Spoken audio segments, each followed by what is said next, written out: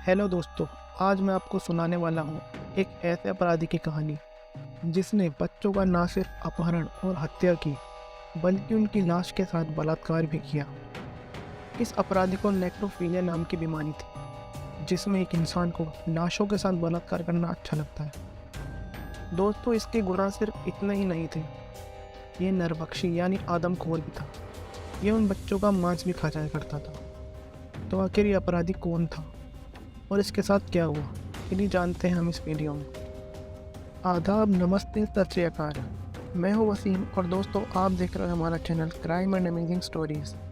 21 अगस्त 1962 को जापान के टोक्यो राज्य में एक लड़के का जन्म होता है जिसका नाम उसके माँ बाप रखते हैं सुतोमो मियाजाकी। जन्म से ही मियाजाकी को शारीरिक अपंगता थी। उसकी एक कलाई की हड्डी हाथ से जुड़ी हुई थी।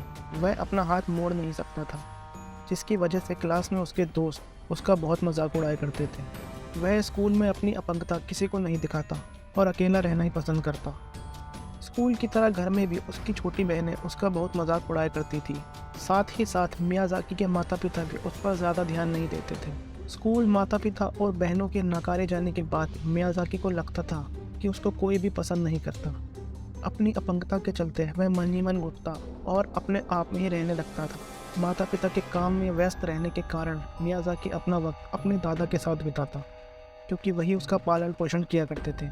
पढ़ाई में यूँ तो मियाजाकी एक होशियार स्टूडेंट था, पर 12वीं कक्षा तक आते आते वह पढ़ाई में बहुत पीछे हो गया था।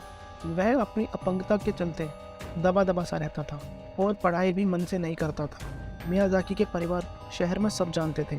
उसके पिताजी की खुद की अखबार छापने की कंपनी थी और सबको लगता था कि मियाजाकी बड़ा होकर अपने पिता का कारोबार संभालेगा और उसे आगे बढ़ाएगा। लेकिन मियाजाकी को अपने पिता के कारोबार में कोई भी दिलचस्पी नहीं थी।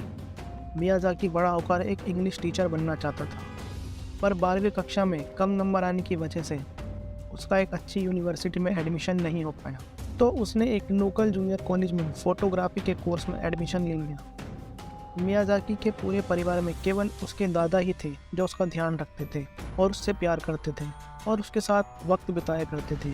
लेकिन मई 1988 में मियाजाकी के दादाजी गुजर जाते हैं, जिसके बाद में बेहद अकेला पड़ जाता है।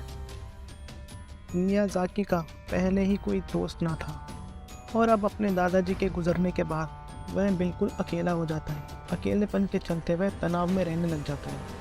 इसी बीच अकेलेपन के कारण उसे गलत आदतें भी लग जाती हैं और ये अश्लील वीडियोस, फोटो मैगजीन देखने और इकट्ठे करने में लग जाता है। वह घंटों घर में बैठकर गंदी गंदी किताबें पढ़ता और सारा वक्त अश्लील वीडियो देखने में बिताता। और इन्हीं गंदी आदतों के चलते एक दिन वह चुपके से अपनी बहन को बाथरूम में नहाते हुए देख रहा था। उसकी बहन ने उसे खिड़की से झांकते हुए देख लिया और गुस्से में अपने भाई को वहाँ से जाने के लिए कहा। बाथरूम से निकलकर उसकी बहन अपनी माँ को शिकायत कर देती है और मियाजाकी की माँ उसे बहुत बुरी तरह डांटती है। पर मियाजाकी शर्मसार होने के बजाय हिंसात्मक हो जाता है और अपनी माँ और बहन पर ही हमला कर देता है। मियाजाकी की माँ और बहन ये देखती रह जाती है कि गलती होने के बावजूद मियाजाकी ने कैसे उल्टा उन पर ही हमला कर दिया। पिछले कुछ सालों में मियाजाकी सेक्सुअल तो हो ही चुका था, पर अब हिंसात्मक भी होने लगा था। मनोवैज्ञानिकों की माने तो उसकी इस हालत की जिम्मेदार उसके माँ बाप, दोस्त और समाज था।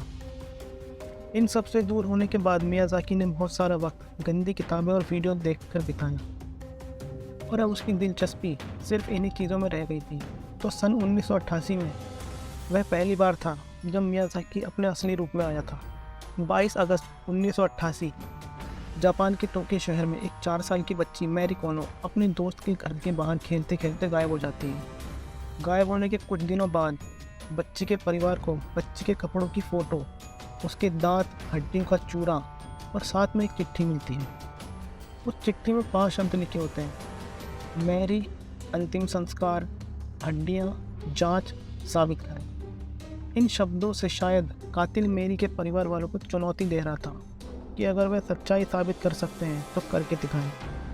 मैरी के माँ बाप पुलिस में FIR दर्ज करा देते हैं और पुलिस भी छानबीन में लग जाती है, पर उनके हाथ कुछ नहीं लगता। इस हत्या को 2 महीने भी नहीं हुए थे कि 3 अक्टूबर 1988 को एक और 7 साल की लड़की गायब हो जाती है, जिसका नाम था मासामी। हालांकि इस लड़की के परिवार को कोई चिट्ठी नहीं मिलती है और पुलिस भी उस लड़की का कोई पता नहीं लगा पाती। 2 लड़कियों के गायब होने से पुलिस पर हड़कंप मचा हुआ था। और उधर फिर 12 दिसंबर 1988 को तीसरी लड़की गायब हो जाती है। तीसरी लड़की थी 7 साल की एरिका नाम्बा, जो अपने दोस्त के घर से लौट रही थी और उसके बाद सही उसका कोई पता नहीं था। पर इस बार कातिल पहली लड़की की तरह ही 20 दिसंबर 1988 को उसके परिवार को एक पोस्ट कार्ड भेजता है। पोस्ट कार्ड में 6 शब्द लिखे हुए थे: एरिका, सर्दी, खांसी, गला, आराम, मौत। ये सभी शब्द एक मैगजीन से कटे हुए अक्षरों से मिलाकर चिपकाए हुए थे, ताकि कातिल के हैंडराइटिंग से पुलिस उसको पकड़ न सके। कातिल और कोई नहीं, मियाज़ाकी ही था और खुले में मज़े से घूम रहा था। वह कत्ल पे कत्ल किए जा रहा था और घर वालों को चिट्ठी के जरिए चुनौती भी दे रहा था। 3 कत्ल करने के बाद अचानक मियाज़ाकी कुछ महीनों के लिए शांत हो जाता है, शायद इसलिए कि पकड़ा ना जाए। पर ठीक 6 महीने बाद यानी 6 जून 1989 को उसके अंदर का राक्षस फिर जाग जाता है और वह अपने चौथे शिकार की तलाश में निकल जाता है। अब की बार वह एक 5 साल की बच्ची जिसका नाम अयाको था, उसको खेलते समय किडनैप कर लेता है और एक सुनसान जगह पे ले जाता है। वह बच्ची को डरा धमका कर उसके कपड़े उतरवा कर उसकी तस्वीरें लेने लगता है। अपने कैमरे में बच्ची की तस्वीरें लेने के बाद मियाज़ाकी वापस अपनी गाड़ी में लौटता है और उस बच्ची का कत्ल कर देता है। कत्ल के बाद बच्ची की लाश को चादर में लपेट कर गाड़ी की डिक्की में डाल देता है और फिर अपने घर की ओर चल देता है। बच्ची की लाश को घर ले जाकर हैवान मियाज़ाकी अगले 2 दिन तक लाश के साथ बलात्कार करता है। दुष्कर्म करने के बाद वह उस बच्ची के शरीर के साथ अलग अलग पोजीशन में आपत्तिजनक फोटोज लेता है और कुछ वीडियोस भी बनाता है। मियाज़ाकी आदमी के रूप में राक्षस बन चुका था।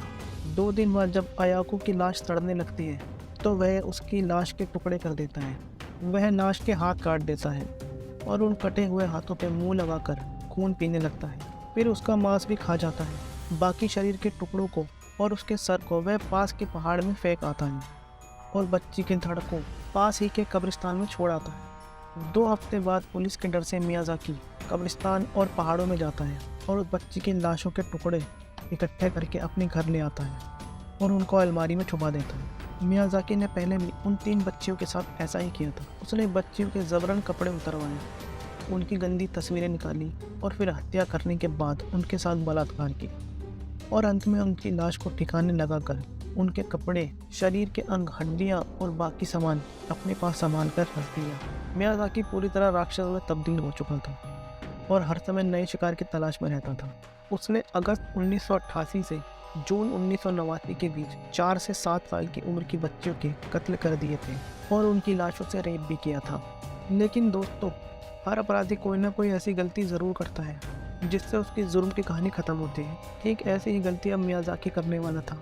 4 बच्चियों की हत्या करने के बाद मियाज़ाकी आत्मविश्वास से भर चुका था और अपने अगले जुर्म में वह एक ऐसी गलती करने वाला था जिससे वह पकड़ा जाता है। 30 जुलाई 1989 को मियाज़ाकी 2 बहनों को एक पार्क में खेलते हुए देखता है और लड़कियों को देखते ही वह मन ही मन तय कर लेता है कि छोटी बहन को अगवा करेगा। तय की हुई योजना के तहत वह छोटी बहन को बहला फुसला कर उसकी बड़ी बहन से अलग कर देता है और उसे अकेले में ले जाता है। वहाँ वह बच्ची को डराकर उसके सारे कपड़े उतरवा देता है और उसकी तस्वीर लेने लगता है। तभी वहाँ पार्क में उस बच्ची के पिता आ जाते हैं और मियाज़ाकी को अपनी बेटी के साथ ऐसी हरकत करते देख लेते हैं। बच्ची के पिता मियाज़ाकी पर हमला करके उसको पकड़ने की कोशिश करते हैं, पर मियाज़ाकी उनके काबू में नहीं आता और वहाँ से भाग जाता है। फिर कुछ समय बाद मियाज़ाकी अपनी कार लेने के लिए दोबारा पार्क में लौटता है और वहाँ पुलिस उसे दबोच लेती है, क्योंकि बच्ची के पिता पहले ही इस घटना के बारे में पुलिस को सूचना दे चुके थे।